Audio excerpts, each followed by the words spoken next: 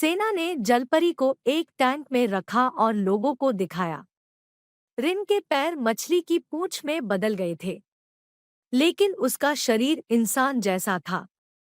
प्रारंभ करें। सबसे पहले हमने देखा कि एक खतरनाक जलपरी रिन अपनी बहन को जमीन पर बचाने आई थी, लेकिन वह उसे बचा नहीं पाई। एक लड़के ने उसकी हत्या कर दी जिसका नाम जेंडर था। रिन ने फैसला किया कि वह जमीन पर रहेगी, जहां उसे बेन से प्यार हो गया। इसके बाद रिन को समुद्र से अजीब सी आवाजें सुनाई देने लगी। बेन के दोस्त को भी यह महसूस हुआ, क्योंकि समुद्री जीव भी शोर मचाने के लिए निकल रहे थे, और कुछ मर भी जाते हैं। जब बेन और उसका दोस्त यह देखने गए तो वहां रिन भी था। वह समुद्र में जाकर पता लगाना चाहती थी कि समुद्री जानवर क्यों मर रहे हैं। बेन और उसके दोस्त ने रिन के हाथ पर एक ट्रैकिंग डिवाइस लगा दिया, ताकि जब वह समुद्र में जाए तो वे उस पर नजर रख सकें। लेकिन जब रिन समुद्र में जाती है तो उसे वहां एक मरी हुई जलपरी दिखाई देती है, और अचानक उसे समुद्र में इतना तेज शोर सुनाई देता है कि वह दौड़कर जंगल में आ गई, जहां उसे रिन का दोस्त और एक मरी हुई जलपरी दिखाई देती है। रिन का दोस्त बुरी तरह घायल हो गया। बेन उसे हेलेन के पास ले जाता है, लेकिन हेलेन के पास वहां और भी जलपरियां थीं, क्योंकि सभी जलपरियां समुद्र में से निकल आई थी, क्योंकि वहां रहना उनके लिए बहुत मुश्किल था। इसलिए बेन अब सबको अपने घर ले जाता है। बेन को पता चला था कि एक तेल कंपनी ने कुछ उपकरणों को काम करने के लिए समुद्र में डाल दिया था, और जलप्रिया उससे निकलने वाले शोर को सहन नहीं कर पा रही थी। यही कारण था कि जलप्रियों का जीवन संकट में पड़ गया था। लेकिन कंपनी ने कहा कि वे 8 महीने तक डिवाइस नहीं निकालेंगे। इसका मतलब है कि सभी जलप्रियों को 8 महीने तक जमीन पर रहना पड़ा। लेकिन इनकी देखभाल करना बहुत मुश्किल था, क्योंकि ये गुस्से में कभी भी किसी पर भी हमला कर सकते थे। बेन रिन को कार चलाना भी सिखाता है, और बाकी जलप्रियां जंगल में मछलियां पकड़ने निकल जाती है। उनके साथ रिन की बहन की बेटी भी थी, जिसका जंगल में एक भेड़िया पीछा कर रहा था। लेकिन बेन और उसका दोस्त उसे बचा लेते हैं। सभी जलप्रियों ने रिन के आदेश का पालन किया। रिन यहाँ सबको सब कुछ समझाती है कि यहाँ किसी का कुछ नहीं बिगड़ेगा। दूसरी ओर जब जेंडर को पता चलता है कि जलप्रियां बेन के घर पर रह रही हैं, तो वह बेन से लड़ने लगता है। उनका कहना है कि जलप्रियां बहुत खतरनाक होती हैं। ये किसी का भी नुकसान कर सकते हैं, जैसे उन्होंने मेरे पिताजी को मार डाला। इसलिए वह बेन के घर जाना चाहता था, ताकि वह वहां जाकर सभी को मार सके। लेकिन इससे पहले कि वह बेन के घर जा पाता, वह सभी जलप्रियों के साथ एक गुप्त स्थान पर चला गया था। रिन को समुद्र से दूर हुए काफी समय हो गया था, इसीलिए वह ठीक से सांस भी नहीं ले पा रही थी। वह समुद्र में नहीं जा सकती थी। तभी बेन और उसका दोस्त समुद्र के पानी को एक बहुत बड़े टैंक में डालते हैं, ताकि रिन उसके अंदर शांति महसूस कर सके। बेन वहां सपना देख रहा था। जो सपना बेन देख रहा था, मजे की बात यह थी कि रिन भी वही सपना देख रहा था, क्योंकि जलप्रिया समुद्र में सपने नहीं देख सकती थी, और पृथ्वी पर पहली बार रिन ने देखा था सपना। इसके बाद हम देखते हैं कि बेन और उसके दोस्त ने जलप्रियों के लिए एक पानी की टंकी भी बनवाई थी। वो इन सब की फेक आईडी भी बना लेते हैं, ताकि उन्हें जमीन पर रहने में कोई दिक्कत न हो। वे उन सभी को पूरे शहर के दौरे पर ले जाते हैं। लेकिन यहाँ एक जलपरी गायब थी, जिसे जेंडर ने एक नाव में रखा था। वह उस जलपरी को ब्लैकमेल करता है। वह कहता है, अगर तुम मुझे दूसरी जलपरियों के बारे में बताओगी, तो मैं तुम्हें यहाँ से जाने दूंगी, और अगर नहीं बताओगी तो भूल जाओ कि तुम कभी भी आजाद हो सकती हो। वह यह सब इसलिए कर रहा था क्योंकि वह सभी जलपरियों को मारना चाहता था और अपने पिता से बदला लेना चाहता था। वह सोचता है कि जलप्रिया सभी के लिए खतरा है, और वह जलपरी बहुत घायल हो गई थी। न वो उसका मुकाबला कर सकती थी और न ही यहाँ से भाग सकती थी, इसलिए वह उनका साथ देने को तैयार है। जेंडर ने उसे मुक्त कर दिया था। वह रिन की बहन की बेटी के पास जाती है, जिससे वह कहती है कि एक आदमी ने तुम्हारी माँ को मार डाला था। यह सुनकर रिन की बहन की बेटी को गुस्सा आ गया। अब वो भी रिन को अपना दुश्मन समझने लगी कि वो इंसानों का साथ दे रही है, इसलिए वह भी उस जलपरी से सबको मारने को तैयार थी। अब बेन जेंडर जाता है, जहां वह उसे अपने साथ समुद्र में ले जाना चाहता था, लेकिन जेंडर उसे दिखाता है कि वह जलपरियों के बारे में चिंतित है। हालांकि सच्चाई कुछ और थी। वह जल परियों का शत्रु था। अब दोनों तेल कंपनी के उपकरणों का पता लगाने के लिए समुद्र में गए। वही जलपरी जो जेंडर का समर्थन कर रही थी, जो रिन की दुश्मन थी, रिन की बहन की बेटी के साथ अपने मत्स्यांगना साथी को मारने की कोशिश करती है और जाकर उसे जेंडर की नाव में कैद कर लेती है। लेकिन वह जेंडर को भी सपोर्ट नहीं करना चाहती थी, इसलिए उसे भी उस जलपरी के साथ बांध दिया गया, जहां जेंडर उस जलपरी को खूब पीटता है। लेकिन बदले में उन्होंने कुछ नहीं कहा। अब वह जेंडर की बहन को यहाँ बुलाता है और उसे उस जलपरी के बारे में बताता है, जो रिन की दुश्मन बन गई थी। सब कुछ जानने के बाद बेन वहां आता है और उसे बचाता है। दूसरी तरफ जलपरी, जो रिन की दुश्मन थी, इनकी वजह से समझ रही थी कि सारे इंसान उसके दुश्मन हैं। इसलिए वह दूसरी जलपरियों के पास जाती है और सबसे कहती है कि उन्हें रिन को मारना होगा। लेकिन कोई भी इस जलपरी का साथ देने को तैयार नहीं था, जिसके बाद रिन उस जलपरी को अपने दुश्मन से कहती है कि हमें वापस समुद्र में जाने के लिए इंसानों की जरूरत है। वे हमारी मदद करेंगे। इसलिए जलपरी रिन की बात समझ गई। दूसरी ओर जेंडर निकोल नाम की एक लड़की को अपना दोस्त बनाता है, जो अभी-अभी शहर में शिफ्ट हुई थी। रिन की बहन की बेटी नाव में जोर-जोर से चिल्ला रही थी, क्योंकि वह जेंडर के पीछे पड़ी थी। वह उसे मारना चाहती थी और अपनी माँ यानी रिन की बहन का बदला लेना चाहती थी।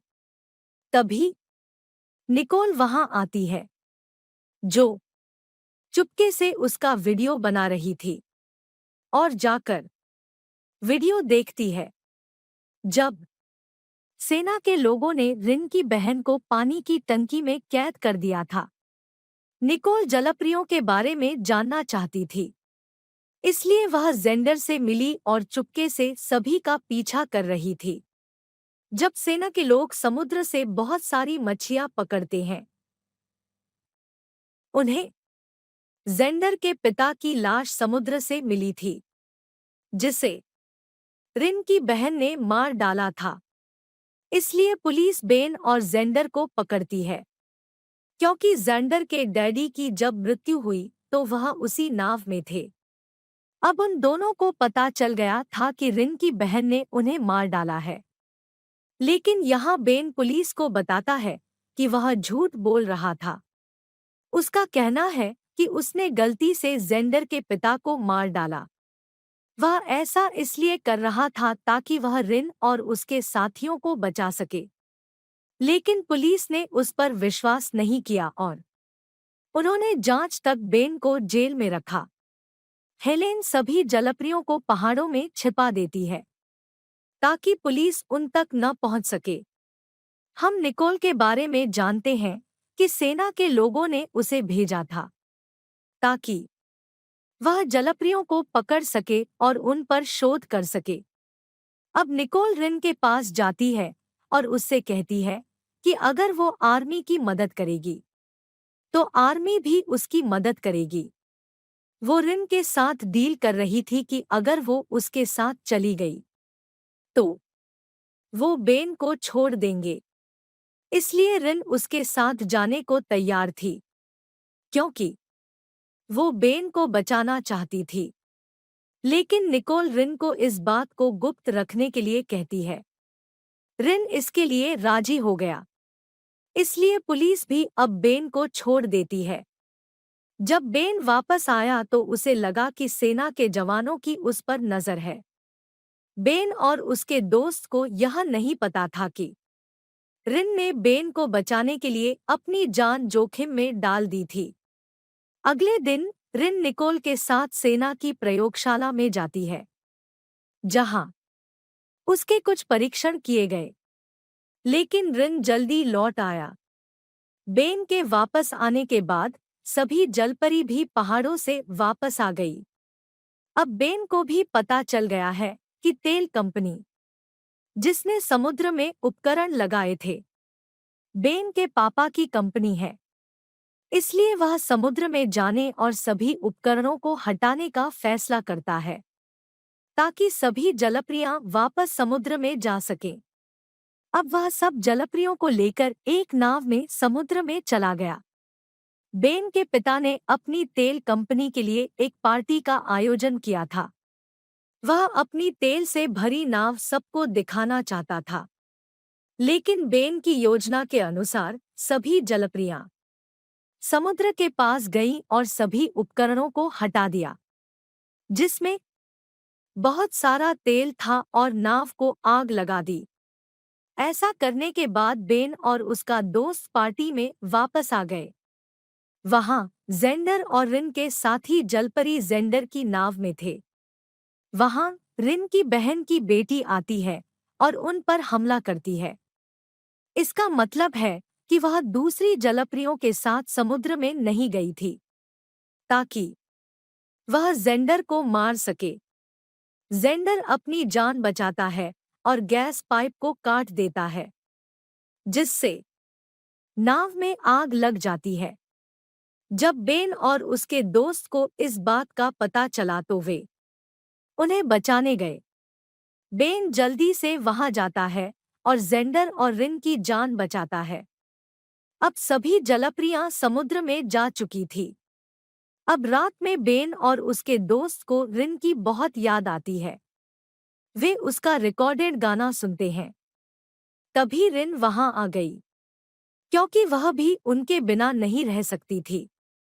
वह आती है और उन्हें निकोल के बारे में बताती है कि उसने बेन की जान बचाने के लिए निकोल के साथ एक सौदा किया था कि वह सेना को अपना परीक्षण करने देगी।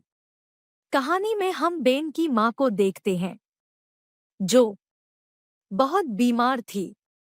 रिन आती है और बेन से कहती है कि वह उसके खून का इस्तेमाल उसकी मां की जान बचाने के लिए कर सकती है। पहले तो बेन इसके लिए तैयार नहीं थे, लेकिन रिन उसे तैयार करती है क्योंकि वो उसके लिए कुछ भी कर सकती है।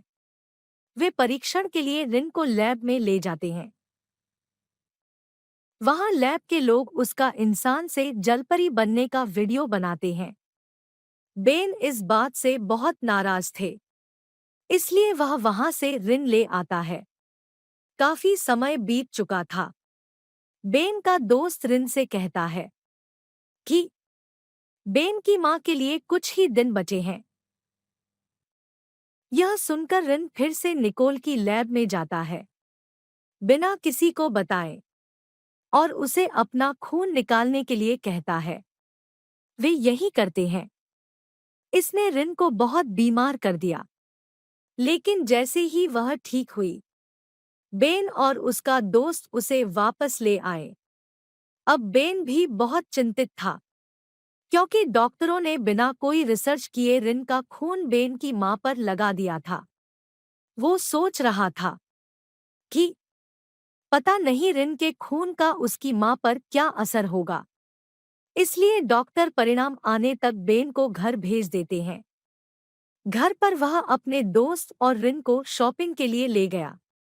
खरीदारी करते समय रिन अचानक एक महिला पर हमला करता है। उसे नहीं पता कि उसके साथ क्या हुआ। रिन घर आई और फिर से सामान्य हो गई। लेकिन थोड़ी देर बाद रिन को फिर इतना गुस्सा आता है कि वह बेन को मारने की कोशिश करती है। लेकिन ऐन वक्त पर बेन के दोस्त ने उसे बचा लिया। थोड़ी देर बाद रिन समुद्री जानवरों की आवाज सुनती है, जिसे मारने के लिए वह दौड़ती है। ये सब देखने के बाद बेन और उसके दोस्त ने उसे एक कांच की टंकी में डाल दिया। फिर उन्हें निकोल का फोन आता है। वह कहती है कि रिन के खून की वजह से उसका हार्मोन लेवल बढ़ गया है, जिससे रिन को बहुत गुस्सा आ रहा है। फिर बेन को भी पता चलता है कि रिन का खून लेने के बाद उसकी मां ठीक हो गई है और उसे पूरी तरह ठीक होने के लिए और खून की जरूरत है। कांच की टंकी में कैथरीन उस टंकी को तोड़ देती है। बेन के मना करने के बावजूद वह जंगल चली गई। बेन और उसका दोस्त उसकी बहुत तलाश करते हैं, लेकिन वे उसे कहीं नहीं पाते हैं। यहाँ निकोल उनकी मदद करती है। वह उन्हें बताती है कि वह कहाँ है। वे तीनों रिन को जंगल में पकड़ने की कोशिश करते हैं, लेकिन रिन बेन के दोस्त के पास जाती है और उसे अपना गाना सुनाती है, और इसी के साथ रिन नॉर्मल हो गई। इसका मतलब है कि उसके गाने ने रिन को प्रभावित किया था। जिसके बाद बेन और उसका दोस्त अपने दिमाग की जांच करवाते हैं, और उनका गाना भी। डॉक्टर जब उस गाने को सुनते हैं, वो हैरान रह जाते हैं कि ये इंसान के दिमाग पर इतना गहरा असर कर सकता है। उन्होंने कांच की टंकी में एक चूहा रखा और रिन का रिकॉर्डेड गाना बजाते हैं। इसका माउस पर इतना गहरा प्रभाव पड़ा कि यह इतना मजबूत हो जाता है कि कांच की टंकी को तोड़ देता है। जब बेन की मां सबको खाने पर बुलाती है, बेन का दोस्त सबको उसके और बेन के बारे में बताता है कि वे दोनों एक दूसरे से प्यार करते हैं।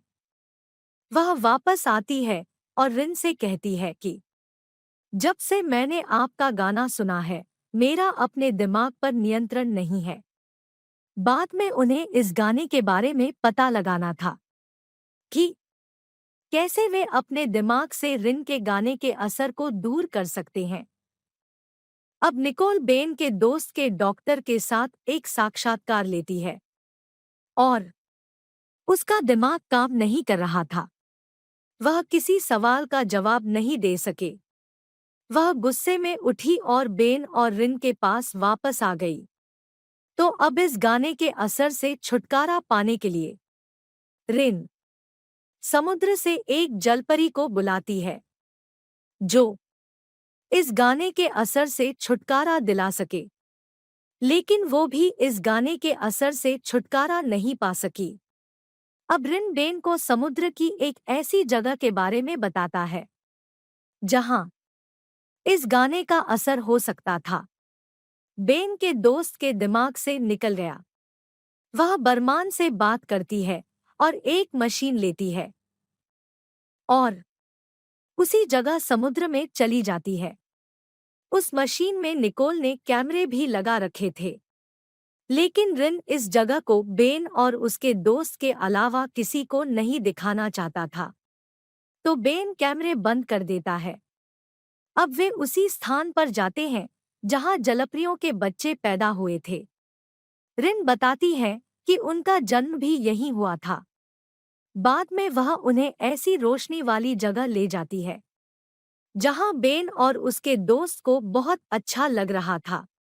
यह एक जादुई जगह थी जहां जलप्रिया मरने के बाद अपने गाने छोड़ जाती थी। वे यहीं रहा करते थे।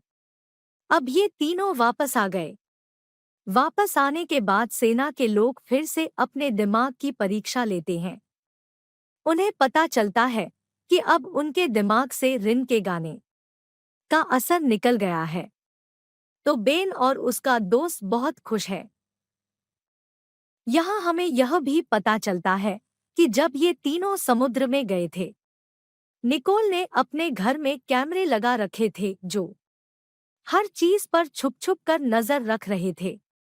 इसके बाद रिन का साथी जो पहले धरती पर आ गया था, समुद्र से फिर धरती पर आ गया था क्योंकि उसे समुद्र में अच्छा नहीं लग रहा था। बाद में वह जलपरी हेलन के घर चली गई थी। तभी हेलन के घर एक महिला आती है जो रिन के साथी को अपने साथ ले गई थी। जब हेलन ने बेन को ये बात बताई, सेना के लोगों को भी इस बात का पता चल गया। जिन लोगों ने कैमरे के माध्यम से उन पर नजर रखी थी, वे समझते हैं कि रिन के अलावा एक और जलपरी है जो एक इंसान के रूप में शहर में रह रही है। इसके बाद हमें रिन दिखाई जाती है जिसकी त्वचा अब चमकने लगी थी। इसका मतलब था कि यह एक ऐसा मौसम था जब जलप्रियां बच्चों को जन्म देती थी, लेकिन इंसानों द्वारा समुद्र में फेंके गए रसायनों के कारण जलप्रियों ने कई सालों तक बच्चों को जन्म नहीं दिया था। इसलिए वह बेन से कहती है कि वह अपने साथी जो पृथ्वी पर वापस समुद्र में आ गई है ले जाएगी ताकि वह बच्चों को जन्म दे सके। अब वह ऐसा ही करती है, लेकिन जब वह वापस आती है तब भी वह मां नहीं थी।